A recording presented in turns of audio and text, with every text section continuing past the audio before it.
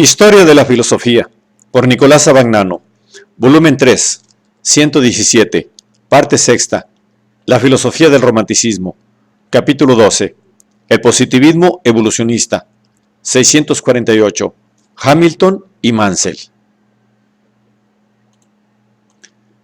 La filosofía romántica se inicia en Inglaterra mediante la obra de Hamilton, la cual, con la doctrina de la incognoscibilidad de lo absoluto, constituye también un precedente del positivismo de Spencer.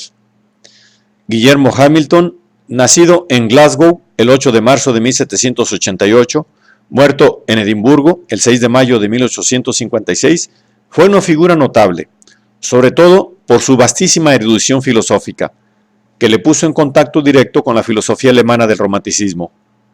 Su primer escrito fue un estudio sobre la filosofía de Cousin, que apareció en la Edinburgh Review de 1829.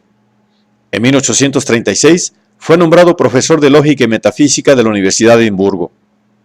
Sus lecciones de metafísica y de lógica, compuestas en el primer año de enseñanza, fueron después repetidas por él durante 20 años sin ningún cambio y publicadas después de su muerte por Mansell. En 1852, Hamilton publicó una colección de artículos con el título de Discusiones de Filosofía y Literatura, y en 1856 las obras de Thomas Reid en Notas y Comentarios. Las lecciones de lógica de Hamilton constituyen una de las obras más logradas de la lógica tradicional en el siglo XIX. Estas lecciones aportaron a la lógica tradicional una corrección importante que resultaría fecunda en el campo de la lógica matemática, la del principio de la cuantificación del predicado, según el cual hay que considerar en las proposiciones no solo la cantidad del sujeto, sino también la del predicado. En efecto, esta cuantificación se efectúa o por medio de cuantificadores, por ejemplo, Pedro, Juan, Santiago, etc., son todos los apóstoles, o valiéndose de modos indirectos como la limitación y la excepción, o en forma sobreentendida como cuando se dice, todos los hombres son mortales, entendiéndose, todos los hombres son algunos de los mortales. Las lecciones de metafísica presentan, en primer lugar, una continuación de la doctrina de la percepción de la escuela escocesa, cuyo continuador es Hamilton en determinados aspectos. Pero Hamilton aporta a esta doctrina una modificación importante. Niega que la percepción inmediata haga conocer la cosa como es en sí misma. Y así dice: la teoría de la percepción inmediata no implica que percibamos la realidad material absolutamente y en sí misma, esto es, fuera de la relación con nuestros órganos y facultades. Al contrario, el objeto total y real de la percepción es el objeto externo en relación a nuestros sentidos y a nuestra facultad cognoscitiva. Pero, en cuanto relativo a nosotros, el objeto no es representación ni una modificación del yo. Es el no yo modificado relativo, tal vez, pero siempre no yo. Según Hamilton, la teoría de la percepción inmediata no elimina el relativismo del conocimiento, que se funda en tres razones. Primera, la existencia no es cognoscible absolutamente en sí misma, sino solo en modos especiales. Segunda, estos modos pueden ser conocidos únicamente si están en cierta relación con nuestras facultades. Tercera, no pueden estar en relación con nuestras facultades, sino como modificaciones determinadas de estas mismas facultades. Naturalmente, de esta forma, la doctrina de la percepción inmediata ya no tiene el mismo significado que le había dado la escuela escocesa del sentido común.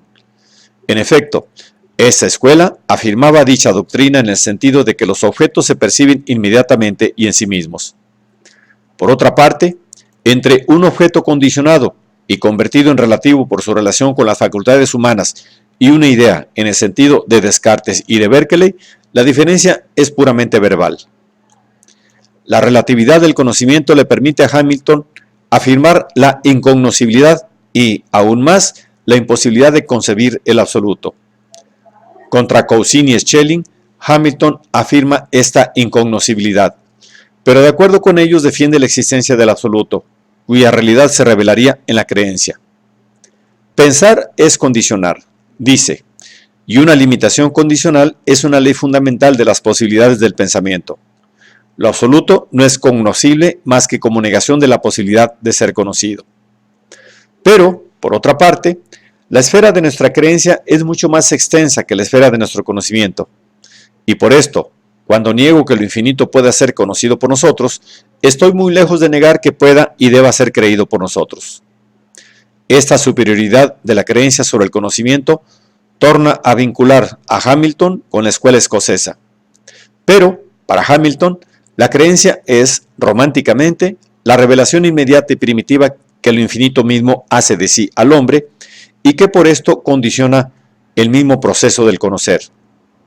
Hablando de la percepción de la realidad externa, Hamilton reconoce que, propiamente hablando, no sabemos si el objeto de aquella percepción es un no yo, o más bien una percepción del yo, sino que solo la reflexión nos lo hace creer, porque obedecemos a la confianza en una necesidad originaria de nuestra naturaleza que nos impone esta creencia. Al nombre de Hamilton va unido el de Enrique Longueville Mansell, 1820-1871, que fue su más notable intérprete.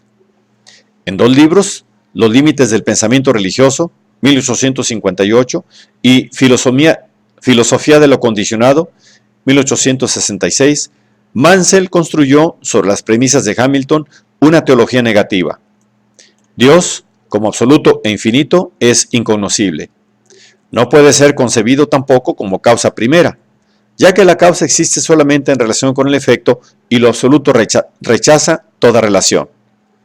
Cualquier tentativa de concebirlo de alguna manera motiva dilemas insolubles. Lo absoluto no puede ser concebido como consciente ni como inconsciente, ni como complejo ni como simple. No puede ser definido mediante diferencias ni mediante la ausencia de diferencias. No puede ser identificado con el universo ni puede ser distinguido de él. Del mismo modo, lo infinito, que deberá ser concebido como todo en potencia y nada en acto, revela precisamente en esto su imposibilidad de ser concebido, ya que, si puede ser lo que no es incompleto. Y si es todas las cosas, no tiene ningún distintivo característico que pueda diferenciarlo de cualquier otra cosa. Tal incognoscibilidad del infinito y de lo absoluto es, sin embargo, relativa al hombre, pero no pertenece a su misma naturaleza. Nosotros estamos obligados, dice Mansell, por la constitución misma de nuestro espíritu, a creer en la existencia de un ser absoluto e infinito. Esta creencia está fundada en nuestra conciencia moral e intelectual, en la estructura y en el curso de la naturaleza y en la revelación. Pero ni siquiera estos fundamentos de la creencia permiten afirmar algo sobre los atributos de Dios. Queda una enorme distancia entre la más alta moralidad humana concebible y la perfección divina, distancia que puede ser colmada de alguna manera con el concepto escolástico de analogía. La doctrina de Hamilton y Mansell es, al mismo tiempo, un escepticismo de la razón y un dogmatismo de la fe. El escepticismo de la razón fue empleado como fundamento de ese agnosticismo que acompaña a una buena parte del positivismo evolucionista.